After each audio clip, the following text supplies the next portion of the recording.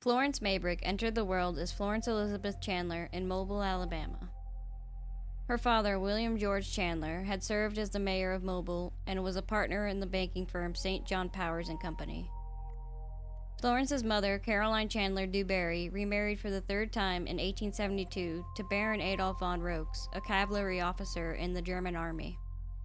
Unfortunately, Florence's father passed away before her birth. During her voyage to the United Kingdoms by ship, Florence encountered James Maybrick, a Liverpool-based cotton merchant. Their age difference, she being 19 and he 23 years her senior, drew varied reactions from fellow passengers, ranging from amusement to shock. The two married on July 27, 1881, at St. James's Church in London, and established their residence at Battle Crease House in Aigburth, a suburb of Liverpool. In Liverpool's social circles, Florence became a notable figure, and the Maybricks were a prominent presence at important social events, portraying the image of a content and successful couple. However, beneath the facade, James Maybrick, a hypochondriac, regularly consumed arsenic and patent medicines with toxic chemicals. He also maintained multiple extramarital relationships, fathering 5 children with one of his mistresses. Florence, growing increasingly unhappy in her marriage, engaged in her own liaisons, one of which was with a local businessman named Alfred Brierly. Tensions escalated when James discovered Florence's relationship with Brierly, leading to a violent confrontation where he assaulted her and expressed his desire for a divorce, a sentiment Florence shared. The tumultuous dynamics further intensified when on April 27, 1889, James fell seriously ill after self-administering a double dose of strychnine. Despite doctors initially diagnosing acute dyspepsia, his condition worsened. On May 8th, Florence wrote a compromising letter to Brierly, intercepted by Alice Yap, a nanny with animosity towards Florence. Yap relayed all intercepted letters to Edwin Maybrick, James's brother, and, by many accounts, one of Florence's lovers. Edwin shared the letter contents with Michael Maybrick, the family head who harbored disdain for Florence. Following Michael's orders, Florence was ousted as the mistress of her home and placed under house arrest. On May 9th, a nurse reported Florence's alleged tampering with a Valentine's meat juice bottle containing arsenic. Florence maintained that her husband had requested the arsenic as a pick-me-up, although he never consumed it. James Maybrick passed away at their Aigburth residence on May 11, 1889. In her memoir, Mrs. Maybrick's Own Story, My 15 Lost Years, Florence recounted kneeling by her late husband's bedside and expressing gratitude for the memory of halting divorce proceedings and achieving reconciliation for the sake of their children. Suspecting foul play in his brother's death, an examination of the body revealed slight traces of arsenic, though not in fatal amounts. The source of the arsenic remained uncertain, leaving open the possibility that James Maybrick either ingested it himself or was administered the substance by another person. In April of 1889, Florence Maybrick faced accusations of utilizing arsenic-laced flypaper obtained from a local chemist and subsequently soaked in a bowl of water. Following an inquest at a nearby hotel, Florence was charged with her husband's murder and faced trial at St. George's Hall, Liverpool, presided over by Mr. Justice Stevens. Despite a confusing presentation of evidence by the prosecution, Florence was convicted and sentenced to death, prompting a public outcry and protest favoring her innocence. In response to the widespread concern, Home Secretary Henry Matthews and Lord Chancellor Halsbury acknowledged that while there was evidence suggesting Florence administered poison with intent, reasonable doubt existed regarding whether the arsenic caused James's death. As a result, her death sentence was commuted to life imprisonment. Throughout the 1890s, Florence supporters publicized new evidence, but the lack of appeal possibilities and the Home Office's reluctance to release her persisted, despite efforts by Lord Russell of Killowen and Lord Chief Justice. The case gained significant attention on both sides of the Atlantic, with arsenic being viewed by some as an aphrodisiac and tonic during that era.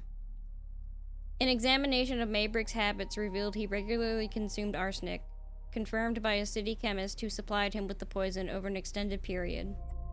A search of Battle Crease House uncovered sufficient arsenic to potentially harm 50 individuals.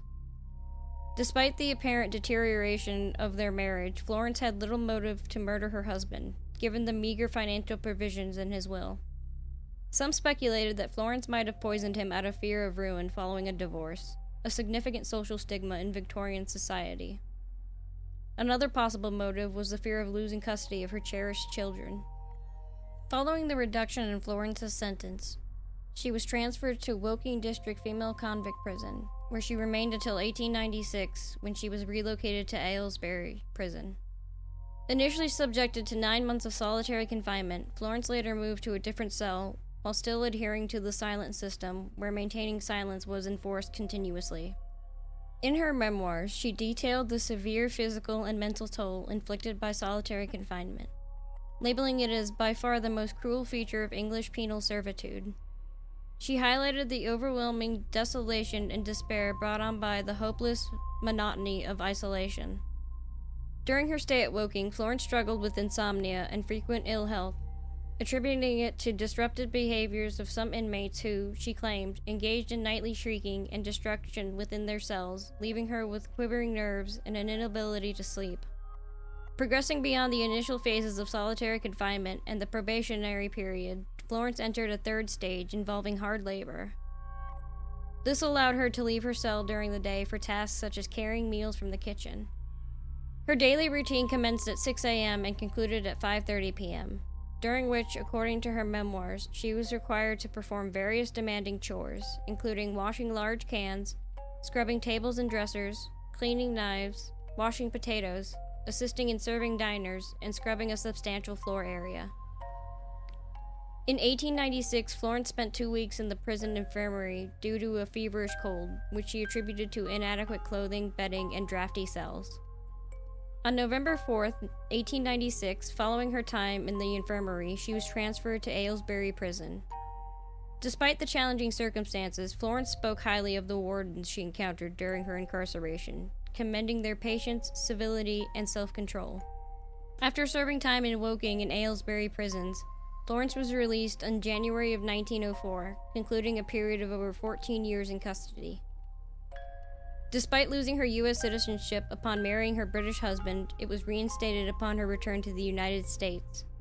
Initially sustaining herself through engagements on the lecture circuit, she addressed topics such as prison reform and vehemently asserted her innocence.